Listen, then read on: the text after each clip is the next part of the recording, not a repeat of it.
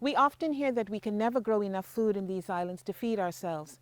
Not enough arable land, not enough water, too hilly. But is that really true? Today we meet a couple who's proving that those challenges can be easily overcome.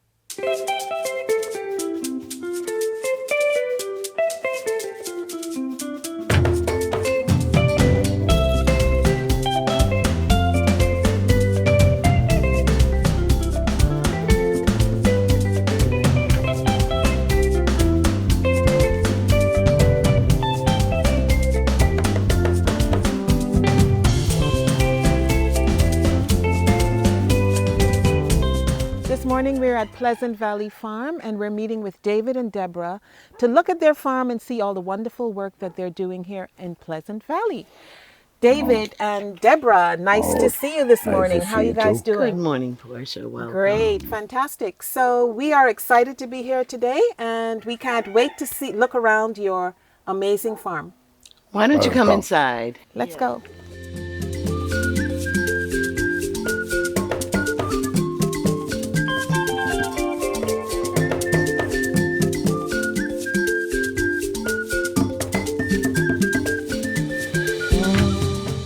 We're outside your main gate and I'm looking at mango trees and bananas and what else do you have? We have some lime trees, coconut trees, a few banana trees.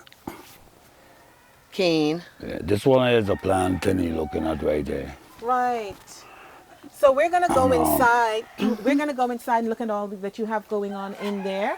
But firstly, can you tell us when did you get started with your farm? When did you start your farm, and what was the inspiration behind it? Okay. Well, we started our business. 15 years. Start. You started planting about 15 years ago, but Yeah. that was for our own use. Right. We didn't start our business until after Irma. Okay. Circumstances, I got laid off and I had more time to put into slips and seedlings. Right. And he had a kind of a change in his schedule too that permitted more time at home. Right. So from there, like all this down below here has been put in since Irma. Okay. Yeah. Wow, that's Yeah. amazing. Irma was kind of a jump start for us, Oh, even yeah, though we sure. had been planting the whole time, right? Okay. Yeah. So initially you were planting just for personal consumption And then- family and friends, Okay. and it just grew. And it after kept Irma. growing, right? Yeah. So I want to see what you have going on inside. Great. Come on in. Come on. We have some very nice ornamentals over there and interior plants also. And then we have fruit trees like mango, avocado, Sugar apple. pomegranate, So sugar this is like apple, this is like your soursop. this is like your little nursery then for the food plants. It's kind of just our showcase Yeah, for showcase. examples of all different things that we have. Okay. Lemongrass, mint. We have more of these in different spots Right. and different stages also, right? And then back here we have more like cactus. Okay. You wanna can take we- a look yes, back let's there? take a look. Yeah. I'm gonna lead the way. Right. Since I've been here before. And we also use some tire and put some stuff in, like We try to- spinach yeah. Oh, so you also have Utilize. the tire garden as Yeah. well. Right, we try to utilize Okay. like every little space. Those tires are very productive. Look at Right, the bush right. tree, the And lemongrass. they work well. Very nice. Yeah. And it's a nice kind of recycling effort. And what is this one? That's cedar tree. It's a cedar, white Oh, okay. cedar. Okay, Yeah. this is white cedar. Yeah. Okay. And so this is primarily your ornamental garden. You've got cacti here. You have your little nursery of your food plants here. So now you're going to take us around the back, right? Sure. Okay. So we're now in your nursery area. This is where you Yeah. do a lot of your potting and so forth. Yeah. So tell us a little bit about what goes on in this area.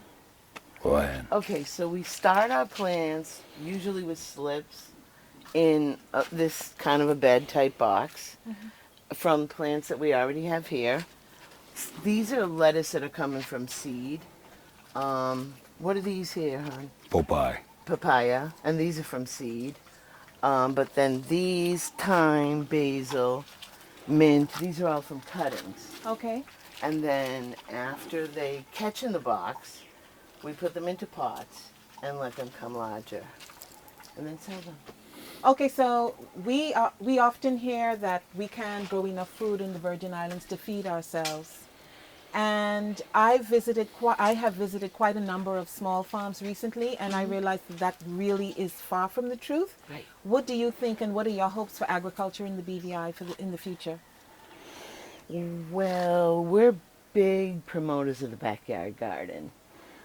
We started gardening because we like to eat fresh food. And that could be beneficial to every family. You really only need a small plot of land. And a lot of things can be grown in pots and will produce in pots. We've grown peppers and okra and cucumbers right there in pots. So if every family made an effort, certainly we could feed ourselves. We could export. Yeah, We true. could export. I know a lot of farmers complain about the lack of water. What do you do for water? That one's for you. Well, we have a tank up here. You know, we use a lot of rainwater from the system. You know, we try to get hooked up from government several times, but we never get it. So we just, you know. So basically, small farmers have to be kind of self-reliant. Yeah. Yes, and plant with the seasons and the weather because the public supply is not reliable. We've seen a lot of your ornamentals, and this is really incredibly beautiful. We've seen some of your seedlings and the way you start your garden. I know that at the back you have more stuff growing back there. Is it possible to go and take a look? Oh, yeah, Sure, sure. come on.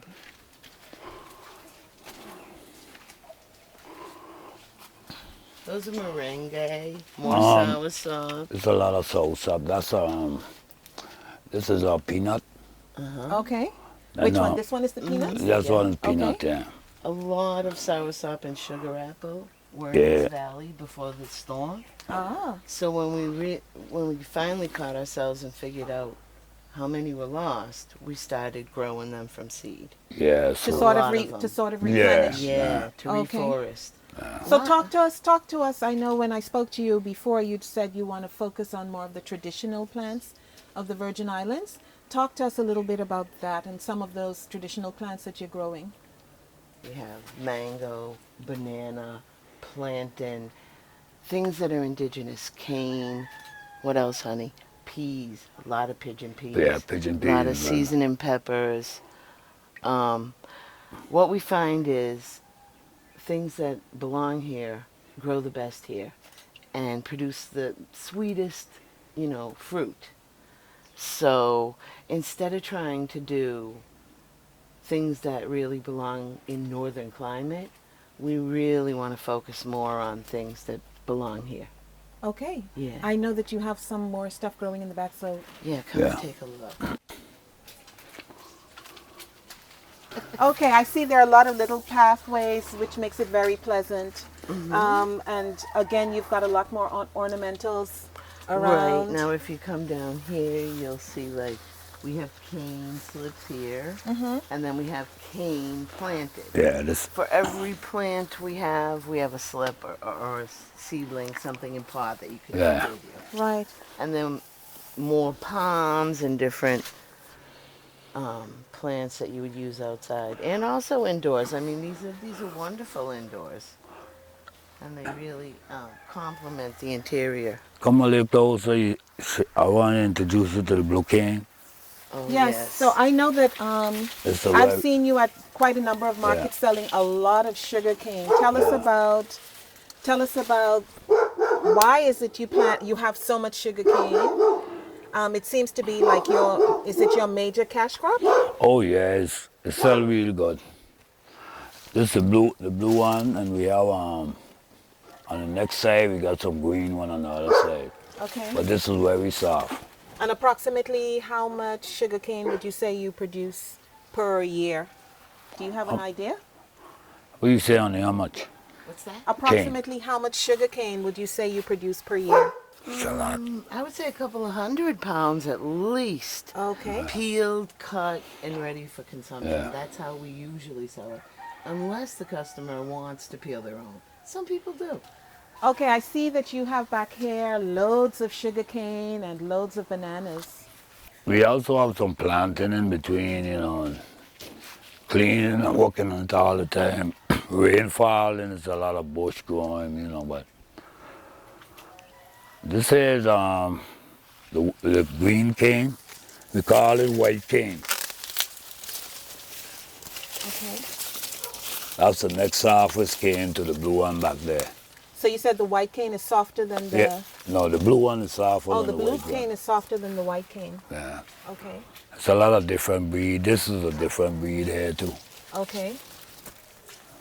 So you got about Now, 4 or 5. a lot of the younger people, like, you know, my younger kids, they're not very familiar with sugarcane and the history of sugarcane. So it's really interesting to see that you're growing quite a lot.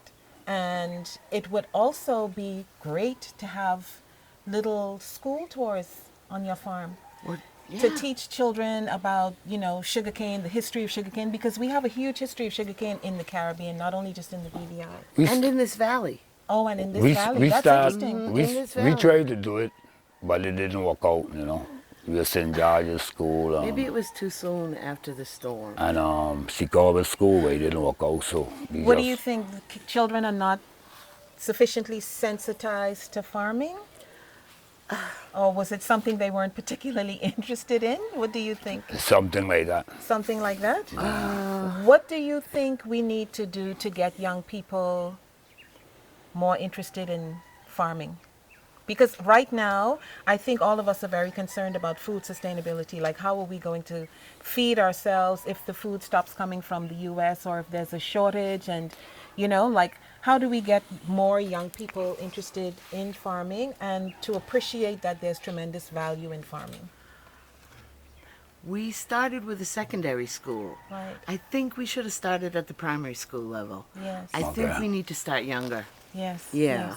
And I think there needs to be more hands-on involvement with the students and not just a curriculum that teachers present and then implement virtually themselves. That's true. Okay? The kids need to get their hands in the dirt. When we got to the part where the children needed to get dirty, that's when they didn't want to participate anymore. So we need to start at a much younger Younger age. age, yeah, Because yeah. young children love dirt. Yes, that's true. And they're fascinated. I had a 4-year-old and a 6-year-old here yesterday that were just fascinated by everything they saw. They're just so observant and appreciative. But I think if you let them, you know, if you don't introduce it young enough, then it kind of, they get interested in other things. Good. Yeah. So different- overall, makes I know sense. that this is the smaller part of your farm, and I know that you farm across the street as well. So Yeah. approximately how much acreage do you think you farm on? How much land do you have? Because I know you grow a lot of sugarcane and bananas across the street as well, and mangoes, right? Yeah. Half an acre Right. and 1 acre, 2 acres, It's probably a little less than 2 acres. a little all less than totaled. 2 acres in Yeah. total. Yeah, a little, but about that. And would you say you can make a reasonable living off of 2 acres farming, or you still have to supplement it with other income? You could live off We've of it. been doing pretty Live off it. well. Okay. Yes. So please send that message out. Let people know that you can make a living exclusively farming, right? Once you do it the right way. Yeah. And even if you do your little backyard piece, you're still going to save money and improve your health. Right. Those two things are important to most people. That's true. So even if you don't have to buy peppers this week, That's you true. don't have to buy thyme this week. That's true. You have that little plant right there on your porch. You just snip your 2 pieces and off you go. I love it. Yes. So I notice, and we're going to walk back to the front now. I noticed that you have a horse on the property as well. Oh, Does somebody ride the horse, or oh, that's a is pet. the horse just a pet? He's That, retired. that Oh, he's story, retired. that story of the horse is very unbelievable, you know. Some friends of mine bring him from the States, and he didn't run the first race or the second race, you know. He running and stopping. Okay, So they leave him out there on the flat out where the back is, right. unattended, so I take up. Oh, and you I went. adopted him. Yeah, so I have him for 9 years right now, you know. And he come like Wow. a friend of the family, you know. Wow. Yeah, so, His registered name is Maryland State Trooper. yeah. He came down from the States, but didn't want to run. So Maybe he just was not a running breed. He's a running breed, but what happened, sometime all that plane flight and all them things to affect them, you know, give impact them them. Yes. a little okay. while to, you know, Settle catch down. yourself, but Okay. he been good for us. He feeds certain areas that we don't have anything his else manure grass. is Nice. fantastic Yeah. fertilizer. Okay, so let's take a look Yeah. at The horse. Maryland. What's his name? Maryland State Trooper. Maryland Yeah. State Trooper. Let's go and look at that area. So we're back where we started. You have quite a number of mango trees in here. You do have mango trees across the street as well, right? Yeah. So you produce approximately, because I know you even sell your mangoes to Retreat. It's a big crop. About how many pounds of mangoes do you think? Why? It's a lot. 500. Bye, Bola. So tell us the name of your horse again. You got the Tell him. mic. Oh, Maryland State State Trooper. Trooper. Aha. Family pet. Family pet. Yeah. Well the farm loved. pet. Yeah. And the kids love to see him. Really. I think you have the ideal location here to do school farm tours with the little kids. We'd love to have him. Honestly. Tucker Malone. I want to mention his name. And he used to work at agriculture way back. And he had grafted these trees for me and my mother. Okay. Yeah. So he went to the States for a number of years after, and I think he back now. So he was a part of these here, you know. Okay. So approximately how many mango trees would you say you have in total? Much honey? Wow. We have a lot. We have a lot. Couple Let's say dozen. about 20. Yeah. Let's say 20. Different kind, different breed, different kind. You know. So you would say that your main focus would be fruit trees, right? You don't do as many vegetables and We doing everything. We doing Do everything. some short crops, but Yeah. definitely fruit is, your main crop. yeah, and it's sustainable. Right. You know, you can pretty much count on it. We grow a lot of corn too. A lot of corn. Yeah. Fresh corn, so very nice. A good seller, you know, good seller. And what time of year do you normally have corn? Well, we have some right now flagging up there, so they're putting on corn. They're gonna be ready like when? Maybe Christmas? Yeah. Christmas we have Yeah, corn. the I have Cool- to make sure I come and buy myself. The some cooler corn. months Oh. in the Caribbean are good for corn. Okay. And if you'd like some seed, we have that too. Okay. Okay. You have any area to plant? Me? Yeah, you Yes, I want do. some? You want some corn? We got some corn in there. That would be great. You have to come inside. I've had some corn before. Not a lot, but I've had some corn before. So I am a little more challenged than you are, but I've found ways to work around my challenges. So, you know, because they constantly tell us, oh, you can't grow food, you can't grow enough food in the Virgin Islands. But I grow quite a bit of food up where I live, up on the hill in Windy Hill. There's some things that I can grow because of the soil, you know, because of the location. But that's something that we can all overcome. So some people grow corn, some people grow tomatoes, some people grow mangoes, and of course we would be able to feed But if you ourselves get a that way. chance, you could bring in different soil and change your soil. That's why I've been doing. amending the soil, but up there is extremely rocky and clay.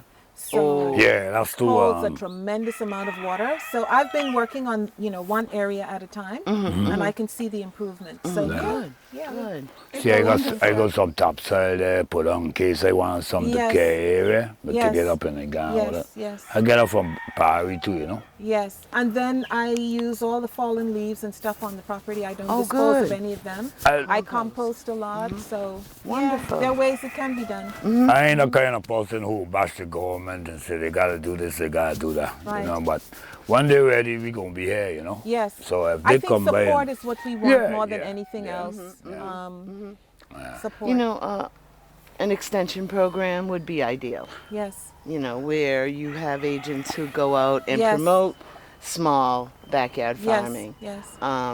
People need that for their own sustainability. Before Yes. we try to think globally, Yes. we need to think locally, Yes. community-wise. Yes. How can we maintain ourselves Yes. first, Yes. and then move on from there? Yes. Okay, Deborah and David, it's been great. I just love your farm. I love the fact that you have incorporated ornamentals with all your fruit trees, and I love the fact that you focus on traditional plants. It's really been a great time, and we hope to see you again soon. Great. Oh, great! Thank you all for coming. Man, you know.